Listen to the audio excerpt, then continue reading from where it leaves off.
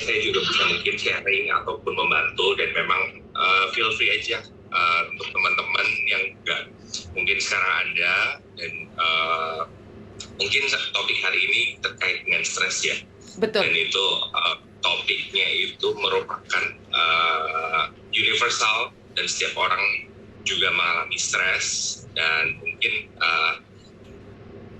apapun yang menjadi keluh kesah dari teman-teman dan juga mungkin TKW di sana, dan ini cukup banyak ya Miss ya di sini ya untuk ini ya. Dan apa ini cuma dari Hong Kong aja atau gimana Miss?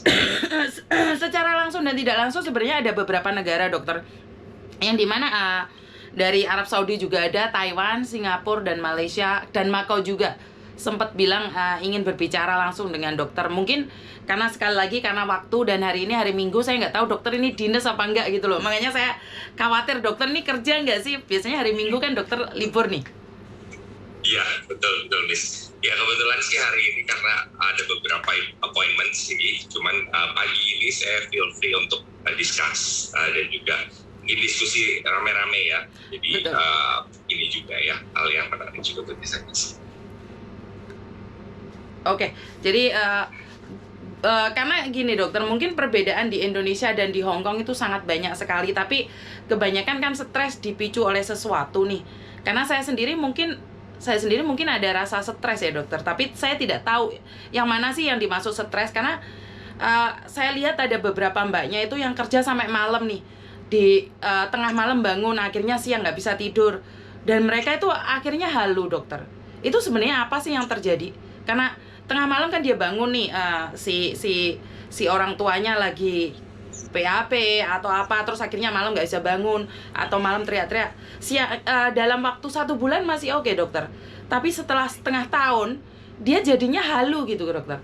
Jadi berbicaranya udah nggak nyambung kadang-kadang. Itu apa yang terjadi dokter?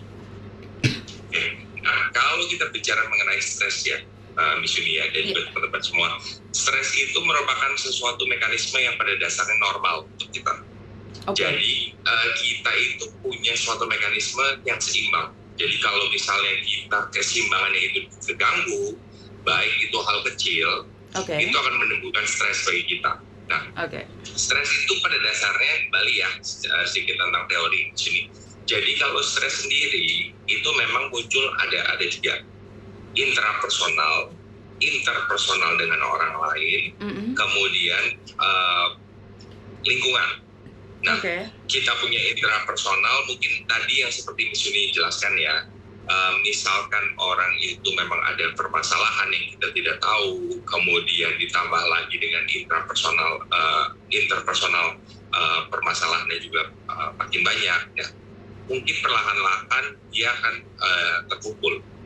Nah, terkumpul semakin lama, hormon yang ada di dalam tubuh kita, baik itu hormon stres, kortisol, dan juga adrenalin, apabila terakumulasi terlalu banyak, pertama yang memang terganggu adalah kita punya pikiran.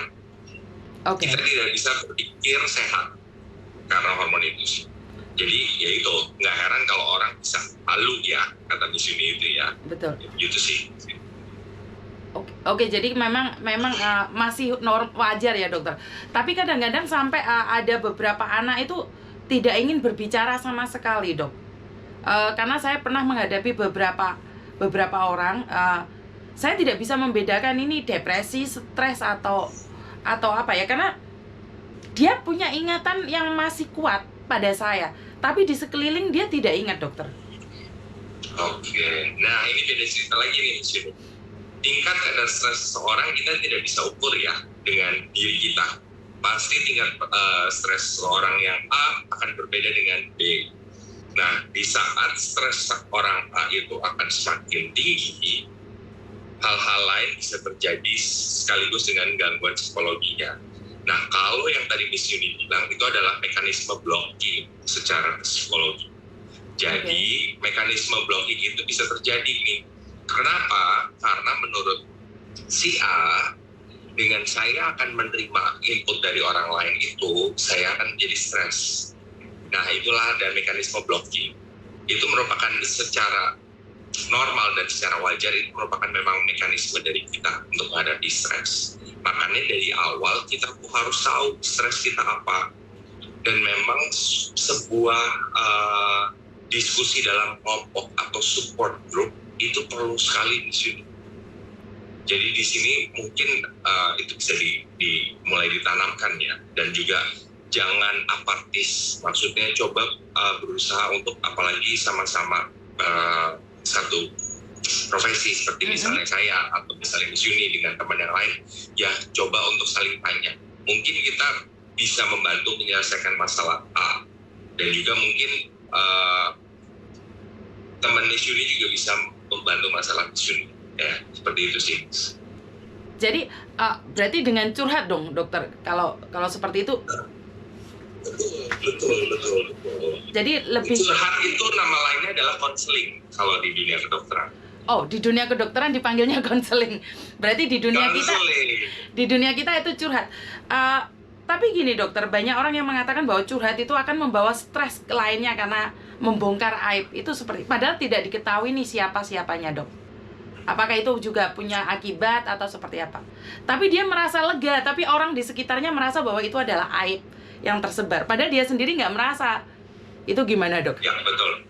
Nah itu memang paradigma seseorang ya di sini ya. Jadi pada dasarnya adalah gini. Apabila kita merasa cocok, jadi Tuhan memberikan kita sebuah indera ya, dan juga intuisi. Kalau sekiranya kita cocok dengan seseorang, baru akan ada luapan untuk masalah curhatan ataupun konseling. Okay. Ya, biasanya sih seperti itu. Atau kita juga bisa membantu dengan ahli atau profesional. Okay. Nah, ahli atau profesionalnya itu ya mungkin dokter ataupun psikolog itu bisa membantu. Nah, pada dasarnya kalau curhat, jangan kita menanamkan apa yang kita mau terhadap orang itu. Dan itu akan menimbulkan stres baru terhadap orang itu. Dan juga saat kita curhat, misalnya kita yang punya masalah, kita curhat ke orang A atau ke orang B, jangan dia punya solusi itu secara mentah-mentah kita harus terima. Seperti itu nggak bisa ya Miss ya. Okay, jadi ya itu sebagai masukan. Kalau sekiranya nanti aplikasinya sesuai di saat kesehariannya, ya monggo dipakai. Tapi kalau enggak, ya udah, dengan kita curhat ataupun dengan kita melampiaskan apa yang kita rasakan, itu juga sebagai obat dalam kondisi stres. Seperti itu sih Miss. Oke, jadi lebih meluapkan apa yang kita rasakan untuk lebih baik lagi, seperti itu ya dok ya? Betul. Itu penting sekali.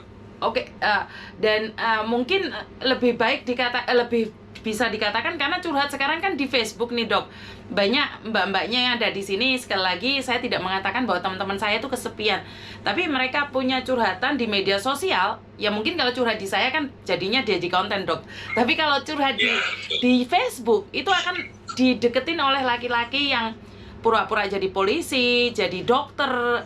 Padahal kalau dipikir nih dok, bukannya saya menghina diri saya sendiri, profesi dokter nggak mungkin kan jatuh cinta sama saya. secara logika dok, secara logika itu kan jauh dari kata mungkin. Apalagi umur saya sudah 40 lebih, mendekati 50. Nggak mungkin dong dokter dari Indonesia yang umur 26 tahun tiba-tiba jatuh cinta sama saya, kecuali oknum. Bener nggak? Jadi ada nggak saran dokter untuk mbak-mbaknya jangan mudah jatuh cinta atau menyebarkan pribadi di media sosial itu? Nah ini dia yang seringkali juga disalahkan ya di sini ya. Media sosial pada dasarnya awalnya dibuat adalah tujuannya untuk sebagai marketing ya. Betul. Dan juga untuk sifatnya adalah penjual. Betul. Dan di saat media sosial ini akhirnya menjadi tempat yang konseling dalam artian baper-baperan nih zaman sekarang dibilang ya, Miss ya. Betul. Itu akan menimbulkan ada oknum-oknum yang tadi seperti Miss ini bilang. Nah makanya kalau ada permasalahan pada dasarnya jangan langsung diubar ke dalam sosial media. Itu sesuatu yang mungkin saya agak tidak setuju ya Miss ya. Karena dengan kita mengumbar permasalahan keluar, seringkali kita juga akan menerima mentah-mentah apa yang dari luar berikan kepada kita. Sedangkan di sosial media kita bisa jadi siapa saja. Betul. Kita bisa menjadi diri kita yang berbeda. Dan hal ini juga misal oknum-oknum ini juga mungkin memiliki kepribadian yang tidak wajar. Contoh kata kepribadian ganda ataupun yang lain sebagainya, memang sudah ada kelainan dari segi mentalnya, dan itu akan lebih berbahaya. Dan cenderung oknum-oknum yang seperti itu akan bersifat mengayomi, Miss. Ya, betul. Nah, mengayomi inilah yang akhirnya orang-orang dengan kondisi yang saat itu sedang down, akhirnya ya sudah akan menjadi rasanya ya udahlah, saya terbuka aja dengan orang ini ada orang yang menurut saya pengertian. Nah, itu seperti itu, dan itu menurut saya tidak setuju, dan mungkin lebih baik ke perkumpulan yang memang saling kenal di dunia nyata terlebih dahulu ya. Dan juga mungkin memang pada dasarnya secara kontak fisik kita pernah bertemu dengan orang tersebut, seperti itu, Miss. Jadi kalau hal tersebut diumbar di sosial media, pasti resiko dan juga konsekuensinya terlalu besar. Oke, siap dokter. Nah, ini tentang stres tadi, Dok. Jika stres itu berkelanjutan, apa akibat dalam tubuh kita, Dok? Apakah akan terjadi sesuatu dalam tubuh kita? Apakah kita akan punya penyakit baru dalam tubuh kita? Itu yang ingin saya tahu itu. Iya, betul, Miss. Itu jadi kalau stres terus-menerus, stres itu dalam hitungan menit ya, Miss ya, dalam artian nih. Jadi misalnya kita nyebrang jalan nih ya, tiba-tiba ada mobil berkecepatan tinggi dari kiri kita, kemudian kita mau nyebrang, otomatis itu menjadi stres bagi kita, dan juga kita harus ada tindakan respon untuk kita supaya kita minggir. Oke. Nah, kalau kondisinya itu terus-menerus terjadi dalam hitungan hari, dalam hitungan minggu, bahkan bulan, kebayang semua di dalam tubuh kita pasti ada perubahan. Hormon-hormon yang tadi kortisol, adrenalin itu akan menjadi penyakit bagi kita. Kita cenderung anxiety, kita cenderung agitasi, kita cenderung cemas, itu yang pertama kali. Karena di saat stres itu terjadi, otomatis kita punya denyut nadi meningkat. Oke. Kita punya tangan cenderung dingin. Oke. Nah, itu yang stress respon yang pertama, dan akhirnya ya nggak heran darah tinggi, penyakit ginjal, kemudian kondisi-kondisi yang psikologi kita menurun, bahkan halusinasi yang tadi Miss Yuni bilang ya, itu bisa muncul semua. Oke, ginjal sendiri disebabkan oleh stres atau punya penyebab lain, Dok? Penyakit ginjal pada dasarnya penyebab lain. Jadi semisal kita memiliki contoh ya, ginjal itu penyakitnya banyak, Miss. Oke. Contoh yang mudah adalah kalau kita terlalu banyak meminum kandungan kalsium tinggi, itu bisa menjadi batu ginjal. Nah, batu ginjal itu juga akan mengganggu fungsi ginjal. Kemudian kalau kita memiliki darah tinggi lama, itu juga akan mempengaruhi fungsi ginjal. Kalau kita memiliki diabetes, itu juga akan mempengaruhi fungsi ginjal.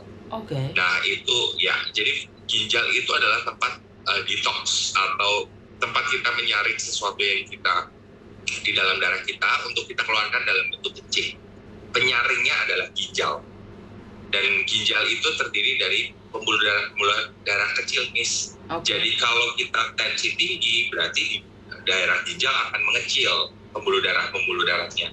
Makin lama ginjal nggak dapat asupan darah, nah itu bisa jadi gagal ginjal. Jadi kencingnya keluarnya sedikit, seperti itu.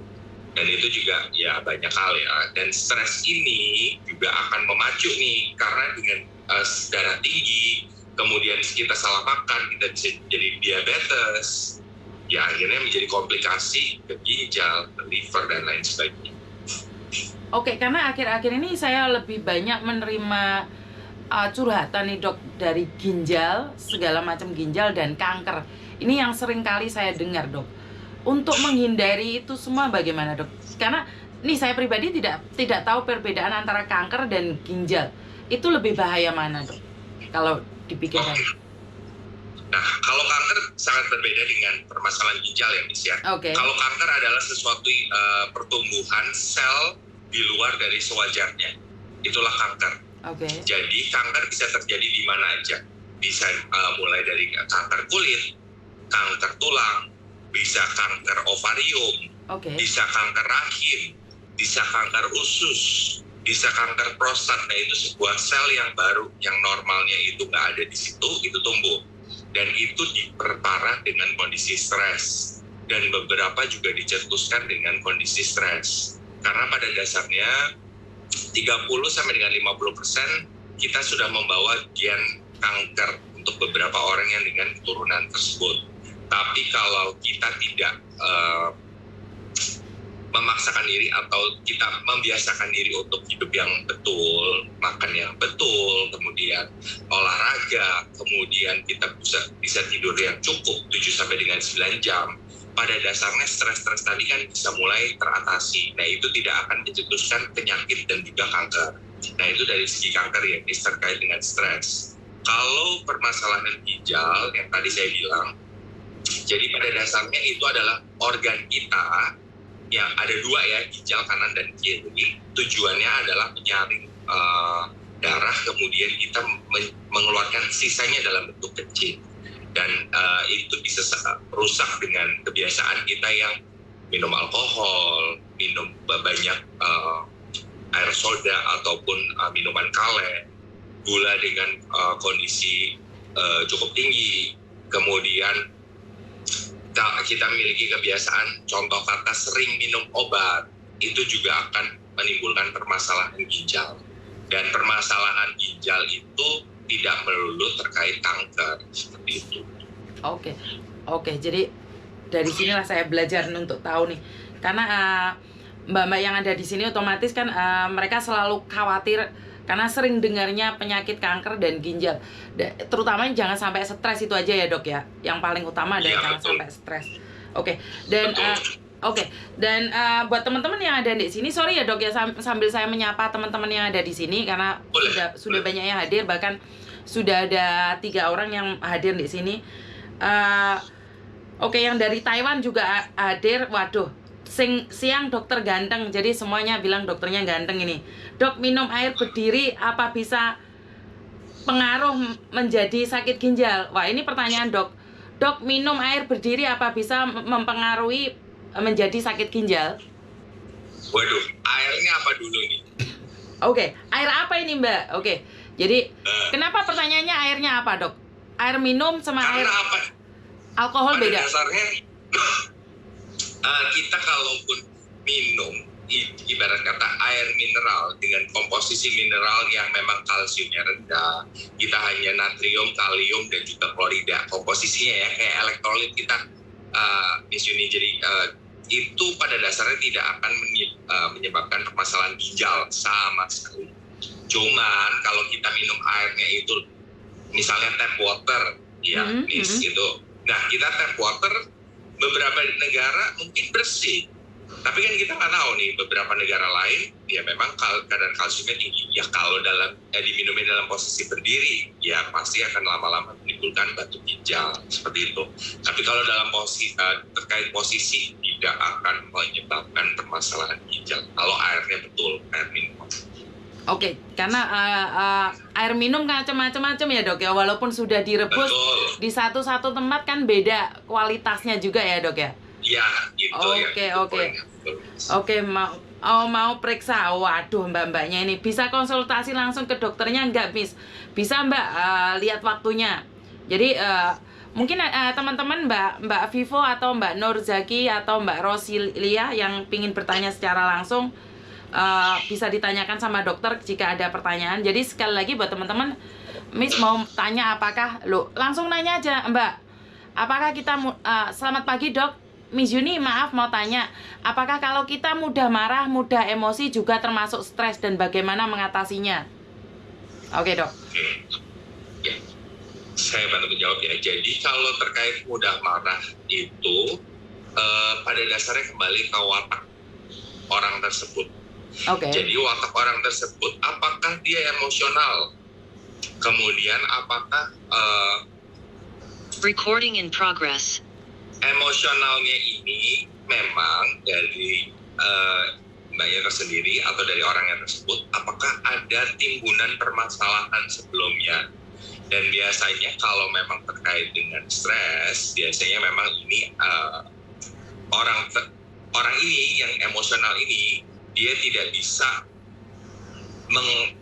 manage stresnya dia, sehingga di saat orang itu marah, dia pasti sedang memikirkan hal lain sehingga dia bisa marah. Nah itu ya menjadi penyebab utamanya ya. Jadi harus dibedakan. Ada orang yang wataknya memang emosional dan juga ada orang yang memang emosinya itu terkait dengan tidak bisa manajemen dari stresnya sendiri.